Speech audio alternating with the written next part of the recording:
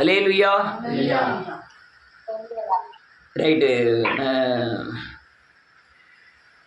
உங்களுக்கு வேதத்துக்கு, வேத ஆலோசனைகளுக்கு, தேவனுக்கு, சத்தியத்துக்கு விரோதமாய் ஈடுபடுகிற எந்த காரியமும் உங்களுக்கு பாதிப்பை கொண்டு வந்துடும். இந்த சத்தியம் சொல்லுகிற காரியங்களுக்கு மீறி எதில் நீங்கள் இடம் கொடுத்தாலும் சரி, உங்களுடைய வாழ்க்கை பாதிக்கப்படும்.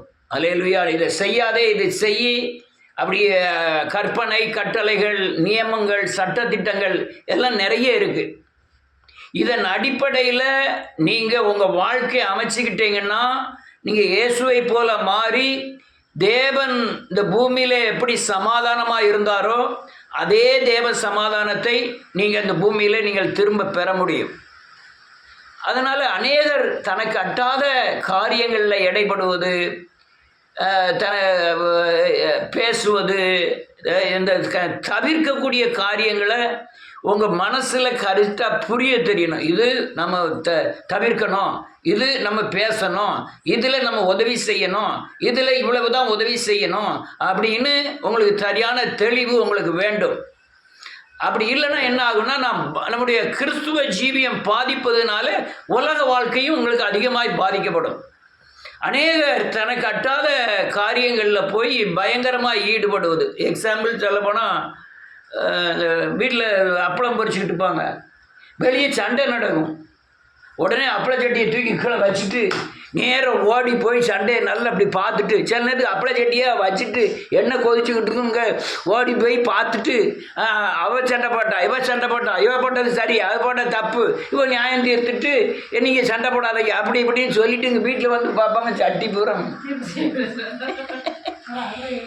தனக்கு அட்டாத வேலை, அது தேவையில்லாத காரியம். சிலர் பருப்பு சட்டியில் போட்டிருப்பாங்க, பருப்பு கொதிச்சுக்கிட்டு இருக்கும்.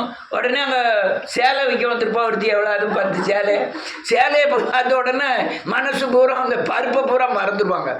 நேரம் இந்த சேலை நல்லா இருக்குது, அந்த சேலை நல்லா இருக்குது, எங்கள் வீட்டுக்காரர் இல்லையே, இருந்தாருன்னா அவர்கிட்ட ரூபாயை வாங்கி நான் தந்துடுவேனே, நீ ஜிபி வச்சிருக்கியா, நான் அனுப்ப சொல்லுதேன் அப்படின்னு கேட்டுக்கிட்டு இருக்கிறதுக்குள்ள அங்கே வந்து ஒரு வாடை வரும்.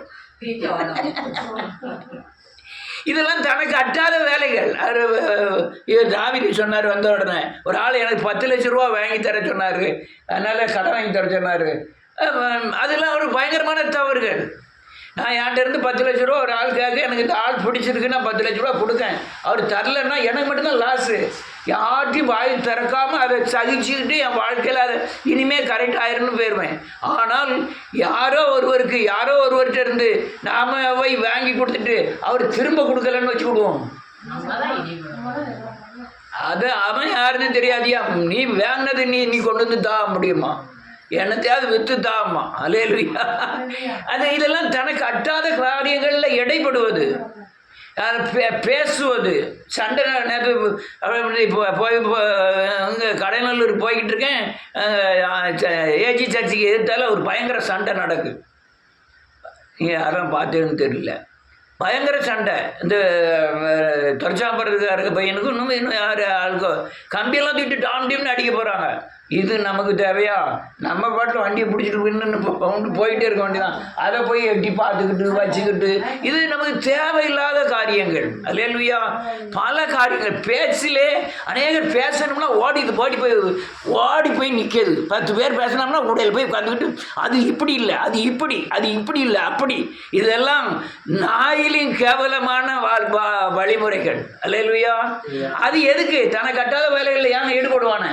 ஒரு இடத்துல சத்தியம் பேசுகிறான், ஒரு இடத்துல ஆண்டவரை மகிமைப்படுத்தாங்க, ஒரு இடத்துல இயேசு கிறிஸ்து எனக்கு இப்படிதெல்லாம் செஞ்சாருன்னு சாட்சி சொல்கிறாங்க. இதில் நம்ம இடைபட வேண்டியதான். அந்த அக்கா அப்படி செஞ்சா, இந்த அக்கா அப்படி செஞ்சா, அந்த அக்கா அப்படியாம, இந்த அக்கா அப்படி, இதை கேட்கறதுக்காக நம்ம இருக்கோம். இது உங்கள் மனசை மட்டும் இல்லை, கிறிஸ்துவ ஜீவியத்தை பயங்கரமாக பாதிக்கும். பயங்கரமான பாதிப்பு வரும். நீங்கள் இப்போ 4 உலகத்து ஜனங்கள் மத்தியில் போய் உட்கார்ந்துட்டாலே உங்களுக்கு உங்கள் வாழ்க்கை பயங்கரமாக கிறிஸ்துவ ஜீவியம் பாதிக்கும். எனக்கு அப்படி நான் உட்கார்ந்துட்டு இருந்தேன் கிறிஸ்துவ சந்திக்க மந்தி. ஜாதி ஜனம் அவங்க கூட ஒரு 10 பேர் கூட உட்காந்து பேசுறது அப்படிலாம் ரொம்ப நல்லா இருந்தது. சினிமா தேட்டருக்கு போனோமோ அங்கே நான் அடிக்கிறதுக்கு அல்லையா சண்டை இழுத்தானா அவன் வந்து அடித்தானா இது பேச இன்ட்ரெஸ்டாக இருக்கும். அவனுக்கு ரத்தம் வந்துட்டு தெரியுமா, அவனை கீழே போட்டு 4 பேர் மிதிச்சாங்க, நீ எங்கடே போன, நீ எங்கே போன அப்படிலாம் பேசுவானுவோ.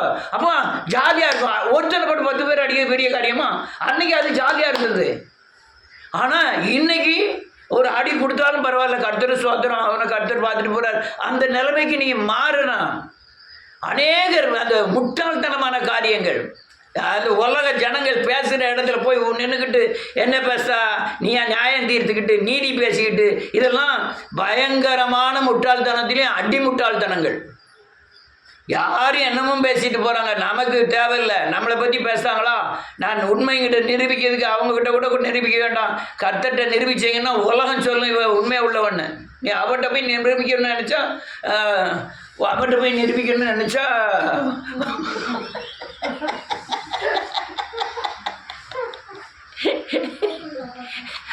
அவர்கிட்ட போய் நிரூபிக்கணும்னு நினச்சா அவள் உன்னை முட்டாளாலாம் ஆக்குவா. நீங்கள் கர்த்தர்கிட்ட உண்மை உள்ளவர்னு நிரூபிச்சாங்க, கர்த்தர் உங்களுக்கு உலகம் முறை நிரூபிச்சிருவார் உண்மை உள்ளவர்னு. அநேகருடைய முட்டாள்தனங்கள் பயங்கர முட்டாள். ஒரு சில ஆள்கள் வாய் திறந்து பேச விடவே செய்யாது, பேசிக்கிட்டே இருக்கும். எப்படி சில ஆள் விடிய காலத்துலேருந்து சாயந்தரம் வரையும் பேசிக்கிட்டே இருக்கும். பேசுகிறது கேட்கலையா பயங்கர கோபம் வந்துடும். என் பேச்சை நீ என்ன கேட்கல, கொஞ்சம் நில்லு, ஒரு டீனால் வாங்கி குடி, டீ குடி, ஒரு வடை வாங்கி சாப்பிடு, என் பேச்சு கேளு.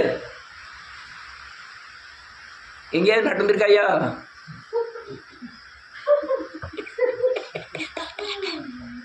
இது ஏன்னு ஒரு 2 வேலைக்காரன் சேர்ந்து பேசலாம், 2 அல்லையா கிறிஸ்துவன் சேர்ந்து பேசலாம். அவன் பேசுறதும் கூட உலகத்தை பேசக்கூடாது. அதில் தேவனை பற்றி பேசணும், கர்த்தரை பற்றி பேசணும்.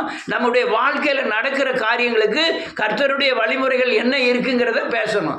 2 புருஷன் பொண்டாட்டி பேசும்போது கர்த்தர் என்ன செஞ்சார், கர்த்தருக்குள்ளே எப்படி நடக்கணும், நம்ம பிள்ளைகளோட பேசும்போது கர்த்தரை பற்றி வேத வசனத்தை பற்றி பேசணும். இல்லைன்னா அநேகர் பேச்சு கொல்லும். அலலியா நான் வாயை மூடிக்கொள்ளுகிறேன், நீர் பேசுங்க யோபு, நான் இதுவரை பேசுன தப்பு, வாயை மூடிக்கொடுதான் அப்படிங்க. அதிக பேச்சினாலே பாவம் இல்லாமல் போகாது. அடுத்தவங்க விஷயத்தில் தலையிடவே கூடாது. என்னை பொறுத்த வரை இப்போ நீங்கள் பாருங்க, நான் ஒரு 2 ஒத்தியில் தான் இருக்கேன். வீட்டு வாசலில் கொண்டு போய் பைக்கை விடுவேன், முதல்ல கதவை திறப்பேன், உள்ளே போகும்போதே கதவை பூட்டிட்டு தான் உள்ளே போவேன். கதவை அங்கே வெளியே என்ன சவுண்டு யானை விளந்து உருண்டாலும் சரி, இங்கே நான் வெளியே வர போகிறதில்லை. போவேன், நான் பாட்டில் நான் உண்டு, பைபிள் உண்டு, பேனா உண்டு, அப்படியே இருந்துக்கிட்டு அந்த கிறிஸ்துவ பாடல்கள் இருந்தோன்னா அதை போட்டுக்கிட்டு கேட்டுக்கிட்டு உள்ளே இருப்பேன்.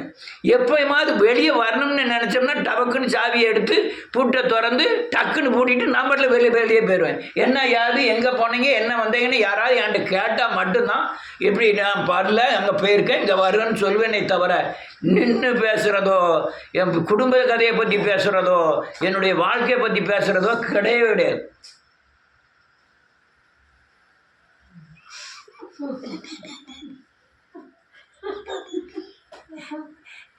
இல்லையா? ஏன்னா இதெல்லாம் போதிக்காதனால மக்களுடைய இருதயத்தில் அப்படியே ஊறி போச்சு. அல்லையா? அந்த நம்முடைய நடைகள் வேறு, துன்மார்க்கனுடைய வழியில் நில்லாமலும் பாவிகளுடைய வழியில் நில்லாமலும் பரியாசக்காரர் உட்காரும் இடத்தில் உட்காரும் போதும் இரவும் பகலும் கர்த்தருடைய வேதத்தில் தியானமாக இருக்கிற மனுஷன் அவன் பாக்கியவான். இன்னும் அநேகர் அந்த தன்மையே கிடையாது.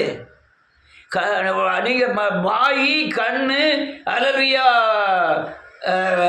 காது இவைகளை கட்டலன்னா உங்கள் இருதயம் தீட்டுப்படும்.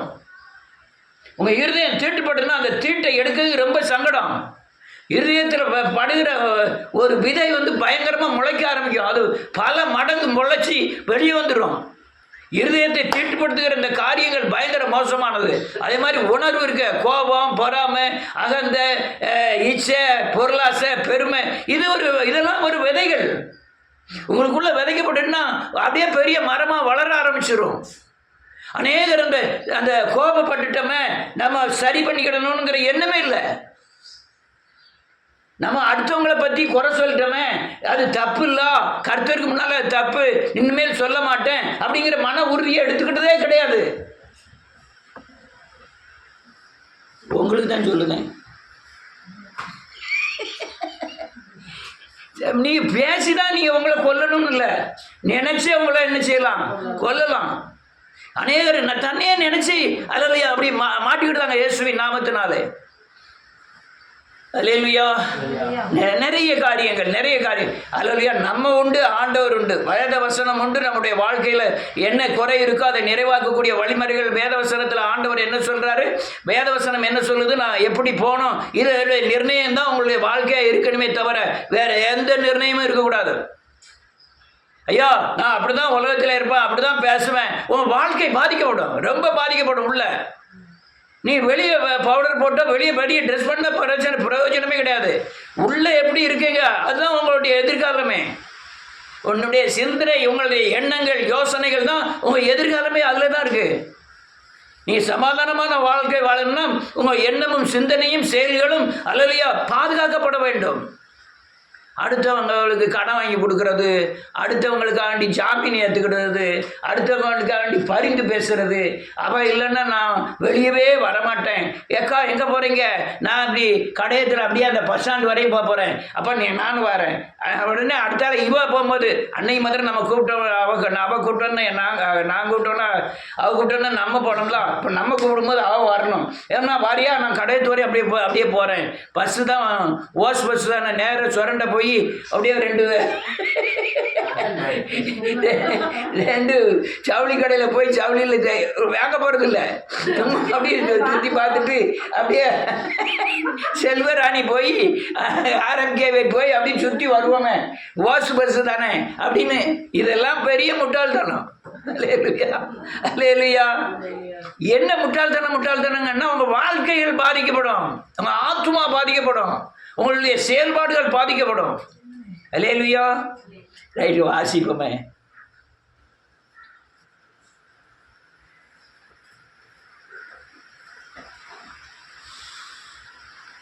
அப்படியே அலைச்சு போய்கிட்டு இருக்கோம். திடீர்னு அங்கே ஒரு பெரிய நாய், இன்னைக்கு இவ்வளோ ஒரு நாய் போகும்போது டபக்கு நின்றுச்சு தான் காற்றை பிடிச்சி இழுக்கும்.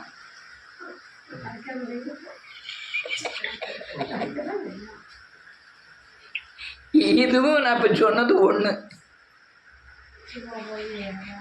நாயை பிடிச்சி காற்றை பிடிச்சி இழுக்கிறதும், அடுத்தவனுக்கு 10 லட்சம் ரூபாய்க்கு ஜாமீன் போடுறதும், நாயை காற்றை பிடிச்சி இழுக்கிறதும், நம்ம விஷயத்தை பூரா இன்னொரு ஆள்கிட்ட சொல்கிறதும், நாயை பிடிச்சி காற்றை பிடிச்சி இழுக்கிறதும், நம்முடைய பலவீனங்களை பூரா இன்னொரு ஆளை ஏற்றுக்கன்னு சொல்கிறதும் எல்லாம் ஒன்று. வாசிப்போமே சங்கீதத்தை, நீதிமொழியின் புஸ்தகம். பைபிளில் யாராவது செல்லில் யாராவது வாசிங்க, 26வது அதிகாரம்.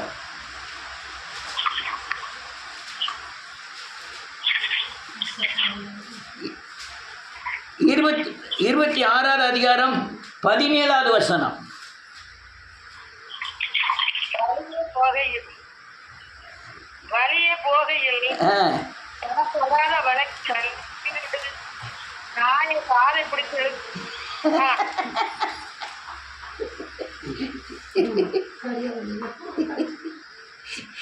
இன்னொரு ஆள் வாசிக்கலாம்.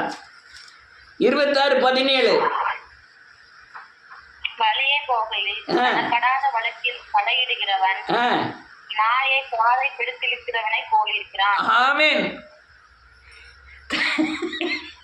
தனக்கு வேண்டாத விஷயங்களில் போய் ஈடுபட்டா நாயை பிடிச்சி காற்றை பிடிச்சி இழுக்கிறவனா அது முறைச்சாலே முறைக்கும். கீழே குனிஞ்சிட்டா சில நாய் ஓடும், சில நாய் விரட்ட ஆரம்பிச்சிடும். ஆனால் அதே கதை தான். தனக்கு அடாத காரியங்களில் போய் ஈடுபடுறது, ஜாமீன் போடுறது, அல்லையா தெரியாததை தெரிஞ்ச மாதிரி சொல்கிறது, போலீஸில் போய் சாட்சி சொல்லுவாங்க. ஐயா நடக்காத காரியத்தை ஆமாம் இவர் நல்லவர் தான் போய் சொல்லுவான். நாளைக்கு ஒரு நாள் அந்த நல்லவன் கெட்டவன் போலீஸுக்கு போனானே அவன் தப்பு பண்ணிட்டான்னா இவன் நல்லவன் சொன்னான்ல அவனையும் தூக்கி உள்ளே வச்சுருவான். போலீஸ் ஸ்டேஷனில் நான் ஒரு தப்பு பண்ணிட்டேன், தாவீது ஐயா போய் சொல்கிறாரு இவர் நல்லவர், இவ்வளோ நாள் நல்லவராக தான் இருந்தார், இவர் பொய் சொல்ல மாட்டார், இவர் எவ்வளோ ஏகப்பட்ட சர்டிஃபிகேட் கொடுத்தது மட்டும் இல்லை, அங்கே நீ என்ன சொல்லுதோ அவ்வளோ எழுதி கொடுக்கணும். நீங்கள் என்ன சொல்லிட்டாலும் போலீஸ் ஸ்டேஷனில் எழுதி கொடுத்துட்டு வரணும். எழுதி கொடுத்துட்டு வந்த உடனே நான் ஒரு 5 வருஷத்துக்கு ஒன்றும் செய்ய மாட்டேன். 5வது வருஷம் கொஞ்சம் கலவாங்க ஆரம்பிப்பேன். ஒரு நாள் போலீஸ் போயிடுவேன். அந்த 5 வருஷத்துக்கு முந்தி நீ எழுதி கொடுத்து கையெழுத்து போட்டியல, ஜாமீன் போட்டியல, இவனும் அந்த களவுல ஒன்றுன்னு சொல்லி தூக்கி போட்டுருவான். தனக்கு கட்டா அதான் நாயக்கூடிய கழுத்தை பிடிச்சி காதை பிடிச்சி என்ன இழுக்கான். அல்லேலூயா. நிறைய பேர் பணத்துக்காக, உலக புகழுக்காக, அல்லேலூயா, அல்லேலூயா, ஜாதிக்காக நம்ம வேதத்தில் சேர்ந்துட்டா நம்ம பிள்ளை எப்படி கொடுக்கறது? நம்ம ஜாதி என்ன ஜாதி? உயர்ந்த ஜாதி அல்லவா? அப்படி இதுக்காக இதெல்லாம் காதை பிடிச்சி இழுக்கு அர்த்தம். பணத்தோட சேரக்கூடாது, அபிஷேகத்தோட சேரணும். அல்லையா, நீ அறிவோட சேரக்கூடாது. அல்லையா, அல்லையா, வேத அறிவு பெற்றவனோட சேரணும். ஆனால் இவன் கிறிஸ்துவ உலகத்திலேயே அறிவோட தான் சேருது, பணத்தோட தான் சேருது. அநேகருடைய தன்மைகள் அடுத்தவன் அல்லையா தகாத காரியங்களில் போய் ஈடுபடாதான் இருக்கு. அல்லேலூயா.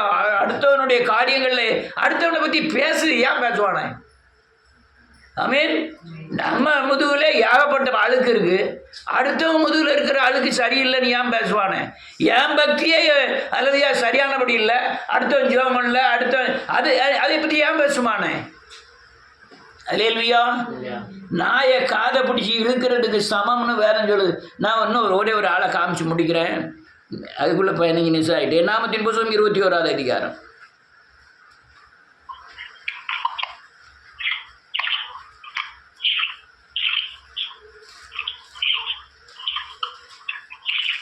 வாசிக்கலாம். 1 ஒரு நிமிஷம்.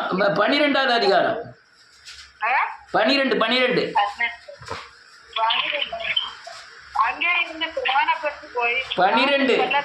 12வது அதிகாரம்.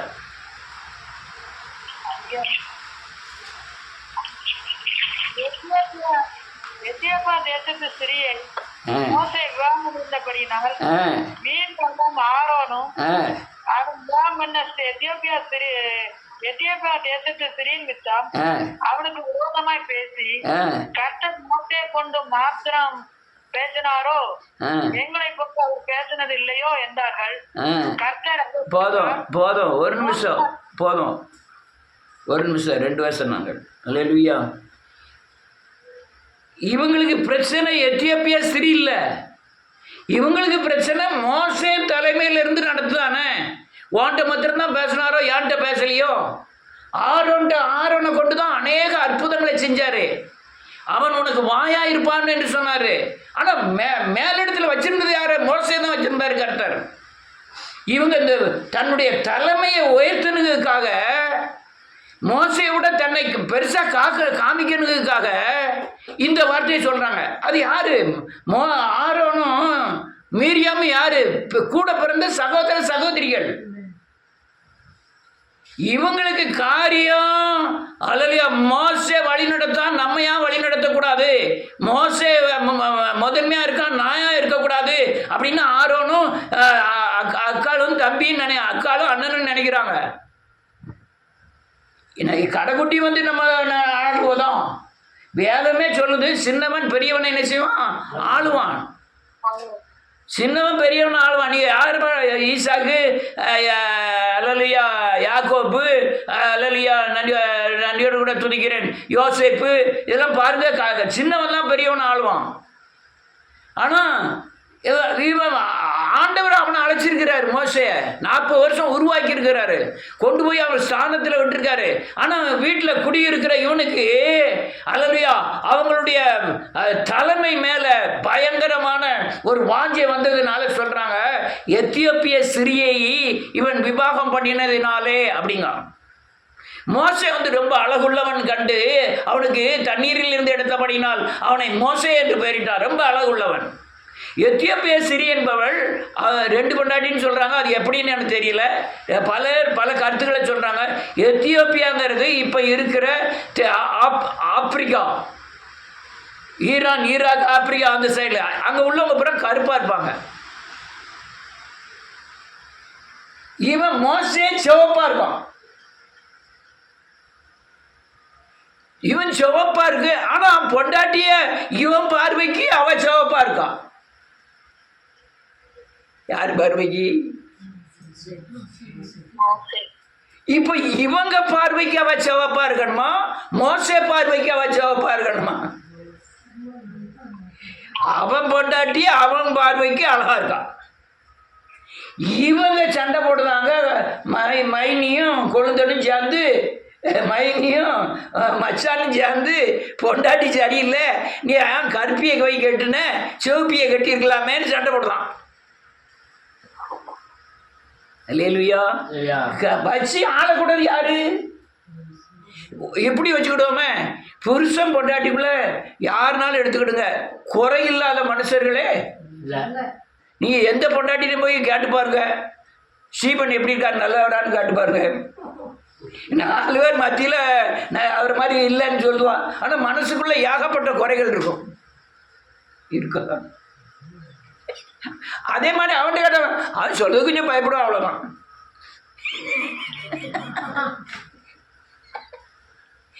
குறை இல்லாத ஆளே கிடையாது. 100% 100% பரிசுத்தமோ, 100% நல்லவனோ, 100% அல்லதியா நன்மை செய்கிறவனோ இல்லை உலகத்தில். அவன் கருப்பா இருந்தா அவன் கொண்டாட்டி அவன் வச்சு 2 பிள்ளைகளை பெற்றிருக்கான், அது இருந்துட்டு போறான். இவங்க மச்சானும் மைனியும் சேர்ந்து அது கருப்பியே போய் கெட்டுனன்ட்டு 2 பிள்ளை பெற்ற பிறகு சொல்லுவாங்க.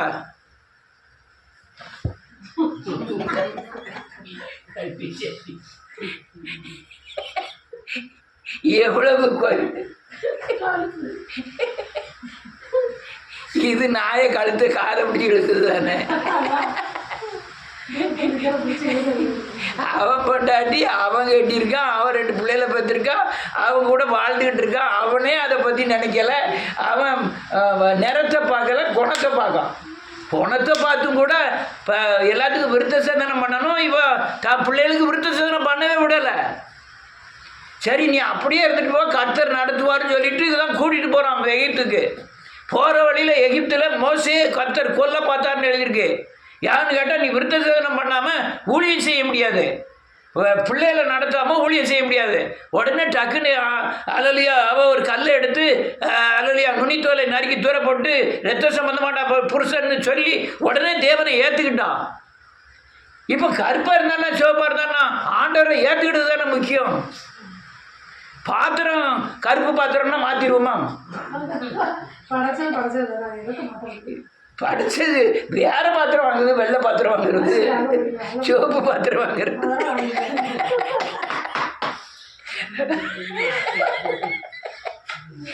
கருப்பு பாத்திரம் தான். அல்லேலூயா.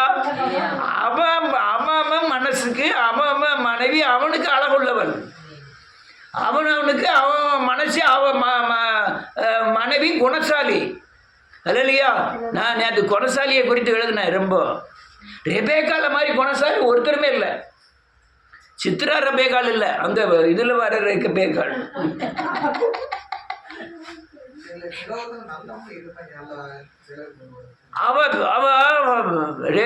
நேரம் அது அவன் யார் பெண்ணு பார்க்க வர வேலைக்காரன் சொல்லுவான், ஈசாக்கோடைய அல்லலியா ஆபிரகாமுடைய அல்லலியா வேலைக்காரன் சொல்லுவான், நான் வருவேன் எனக்கு தண்ணி தவிக்கின்னு சொல்வேன். அவள் உனக்கும் தண்ணி தந்து ஒட்டகத்துக்கு யார் தண்ணி தருவாங்களோ அவளை தான் என் முதலாளிக்கு பெண்ணாக அமைக்க போகிறோம்னு சொல்லிட்டு வரான், கர்த்தர்கிட்ட சொல்லிட்டு வரான். இது அவள் சொன்ன மாதிரியே வந்து தண்ணி போகிற வாரம் குளத்துக்கிட்ட வந்து அந்த கிணத்துக்கிட்ட வந்தோடனே எனக்கு தண்ணி தவிக்கிங்க, உடனே எனக்கு மட்டுமல்ல உங்கள் ஒட்டகத்துக்கு நான் தண்ணி தருவேன்னு சொல்லி அவளுக்கு. அப்போ அவர் சொன்னது எங்கே இருக்கு? சரியாக இருக்கு. வயிற்றில் 2 பிள்ளை இருக்கு, ஒன்னோட ஒன்று மோதிக்கிட்டு கிடக்கு. ஒன்று போய் ஜோமோண்டுதோ, ஆண்டவரே என் பிள்ளை 2 பேர் மோதிக்கிட்டு கிடக்கு அப்படின்பா. அவன் சின்னவன் பெரியவனை ஆளுவான், எல்லா விஷயத்தையும் கற்றுட்டு பேசுகிறாரு. யாரு இது? வீட்டை ரெபேக்கால்கிட்ட 90 வயசில் ஈசாக்க பக்கா யாரு? சாராள். 127 வயசில் அல்லது சாராள் இறக்குறான். 37 வருஷமா வளர்க்குறான். 90 வயசில் பிறக்கிற பிள்ளைய எப்படி வளர்த்துருப்பாங்க? என்ன ஒன்றும் சொல்ல மாட்டேங்கிய. நம்ம 20 வயசுல பிள்ளை பெற்றாலே கொஞ்சம் கீழே விட்டுறது இல்லை. ஆனால் 25 வயசுல பார்த்தாலே பிள்ளை கீழே விடுறது இல்லை. 90 வயசுல பிள்ளை பார்க்கா 37 வருஷம் வளர்த்துருக்கான். 37 வருஷமும் தன்னுடைய ரொம்ப பிரயாசப்பட்டு வளர்க்கான். இஸ்மவேலே துறப்பான்னு சொல்லிட்டு வளர்க்கான். இஸ்மவேல தான் தான் மகன்னு சொல்லி வளர்த்தான். ஆனால் தனக்கு பிள்ளை வந்த பிறகு அவனுக்கு கொடுக்குற மரியாதையை ஈசாக்கு கொடுத்து வளர்க்கான். பயங்கர தூக்கம், இறந்துட்டான். ஆனால் அந்த ரெபேக்காலை கட்டின உடனே தாய் இருந்த கூடாரத்தில் கொண்டு போய் ரெபேக்காலை வச்ச உடனே தாயின் துக்கமே மறந்துட்டான். அந்த அளவுக்கு ரெபேக்கால் ஈசாக்கு மேலே நேசித்து அந்த துக்கத்தை என்ன செஞ்சுதாராம், மறக்க பண்ணினாள். அதோட ஒரு பெரிய ஸ்டெப் எடுப்பான். அதில் ஏமாற்றி வாங்கிட்டான் சொத்தை. யார்? ஈசா கிட்ட. யாக்கோப்பு ஏமாற்றி வாங்கிறதுக்கு ஐடியா கொடுத்தது பூரா இவா. யாரு? ரெபேக்காள். தேவ திட்டம் 12 கோத்திர பிதாக்கள் பிறக்கணும். இங்கேயே ஒரு பொண்ணை பார்த்து முடிச்சா அது நடக்க போகிறதில்ல. இவன் உருவாக்கப்படணும். 12 கோத்திர பிதாக்களையும் உருவாக்கணும். அப்போ இவன் தாய் தகப்பன்கிட்ட இருந்த முடியாதுன்னு சொல்லி தான் அவள் தேவ திட்டத்தினால தான் அவன்கிட்ட பேசுகிறா. யார்கிட்ட? யாக்கோப்பிட்ட சொல்கிறா, உங்கள் தம்பி உங்கள் அண்ணன் இப்படி அவங்க அண்ணனை ஆசீர்வதிக்க போகிறாரு உங்கள் அப்பா. அதனால் அவங்க வேட்டையாடி கொண்டு வரது முந்தி ஒரு ஆட்டுக்குட்டியை செஞ்சு கொண்டு வந்துடுறேன். அதனால் அதை சாப்பிட்டுட்டு நீ ஆசீர்வதிக்கிட்டுன்ற ஈசாக்க பாருங்க. வாட்டரில் உள்ள தோசை எப்படி இருக்குன்னு தெரியுமா? உங்களதே எப்படி டேஸ்ட்டாக இருக்குன்னு தெரியுமா? சரி, உங்கள் சுபா தோசை சுட்டா எப்படி இருக்குன்னு தெரியுமா? டேஸ்ட்டாக இருக்குமா? சொல்லுங்க. உங்கள் வீட்டம்மா ஒரு தோசை விடுது, 3க்கும் வித்தியாசம் தெரியுமா தெரியாதா? தெரியும். நான் சுடுற தோசைக்கும், எங்கள் வீட்டம்மா சுடுற தோசைக்கும், கிரேசி சுடுற தோசைக்கும், ஜெனி சுட்டு தர தோசைக்கும் வித்தியாசம் நிறைய தெரியும். இவனுக்கு ஒன்றுமே தெரியல. இது ஆட்டுக்கறியா மான்கறியான்னு கூட தெரிய. இதை மறக்க பண்ணது தேவன். யாருன்னா யாக்கோபுங்க இருக்கக்கூடாது, போயாகணும்.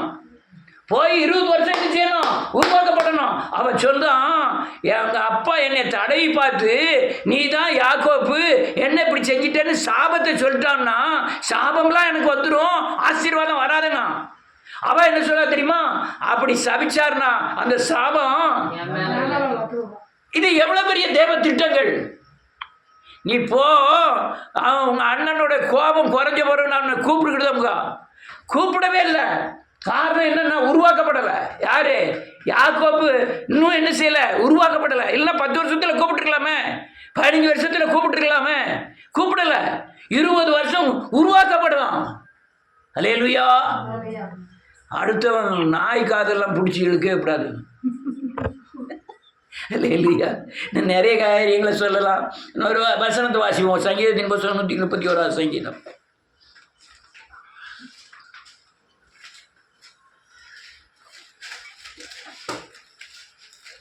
131 சங்கீதம்.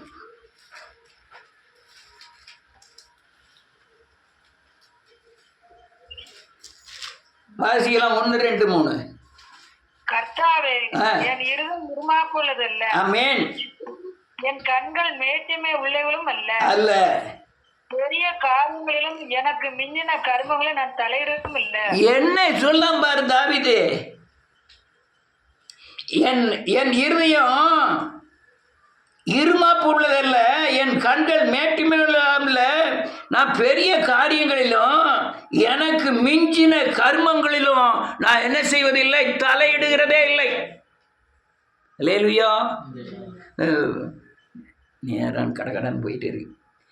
தெருக்கள் எல்லாம் நாட்டாமை வைப்பாங்க.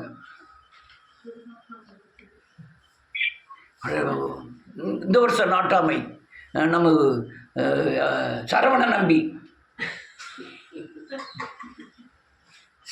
நம்பிக்கை ஒன்றுமே தெரியாது.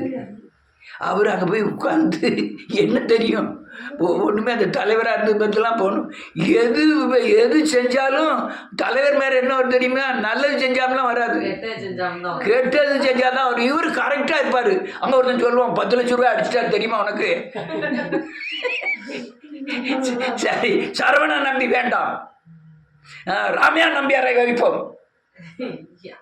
இவர் போனாலும் அதே.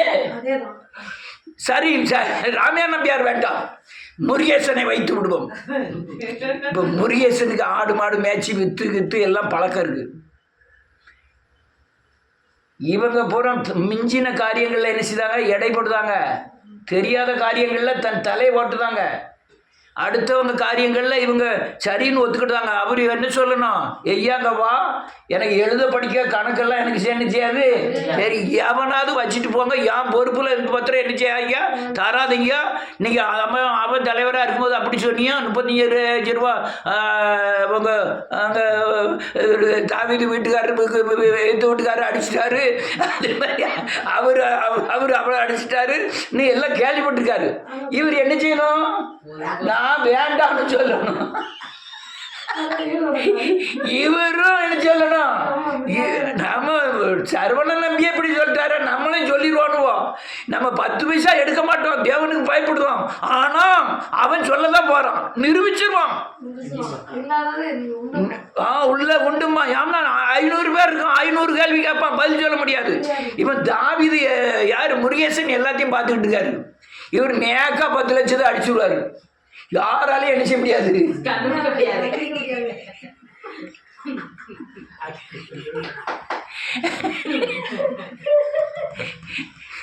அதான் விஷயம்.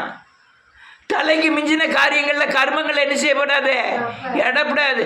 எனக்கு ஆனாவே போட தெரியாத ஊர்கணக்கை நான் என்னைக்கு போய் பார்க்கட்டும். இப்போ மொத்தமாக 50,000 ரூபா கொடுத்தா என்ன தெரியாது, இத்தனை கட்டுன்னு தூக்கி வச்சு மஞ்சள் கவரில் வச்சுட்டு வர தெரியும். ஆனால் நம்மளை கொண்டு போய் 50 லட்ச ரூபா 5 லட்ச ரூபா என்ன தெரியாது, 50 லட்ச ரூபா என்ன கூடிய இடத்துல கொண்டு உட்கார வச்சா அவன் பாட்டில் ஒரு கட்டை தூக்கி வச்சுக்கிட்டு அவன் பாட்டில் டக்குன்னு 50 லட்சம் இருக்குன்ட்டு போயிடுவான். 5 லட்சம் நம்ம தான் கொடுக்கணும். ஆமென்.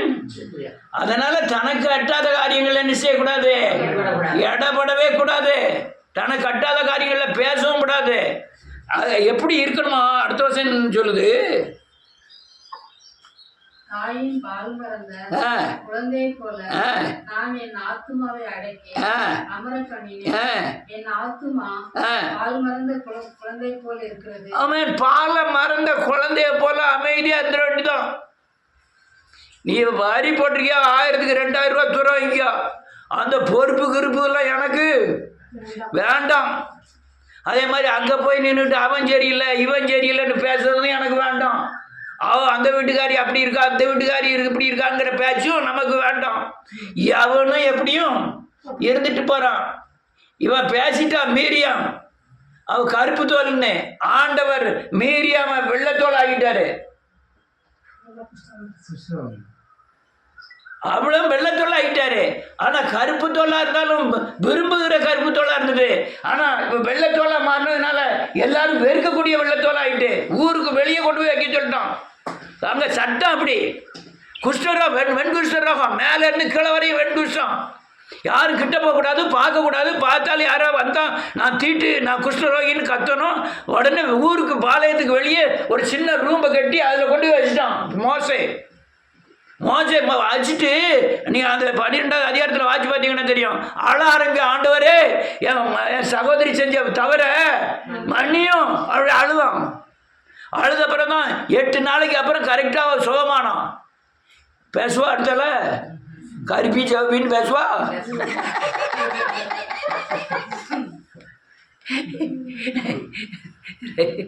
பேச மாட்டா. அது மாதிரி நமக்கு அடுத்த காரியங்களில் எந்த காரியங்களில் ஈடுபட்டாலும் நம்முடைய வாழ்க்கை முறை ரொம்ப பாதிக்கப்படும்.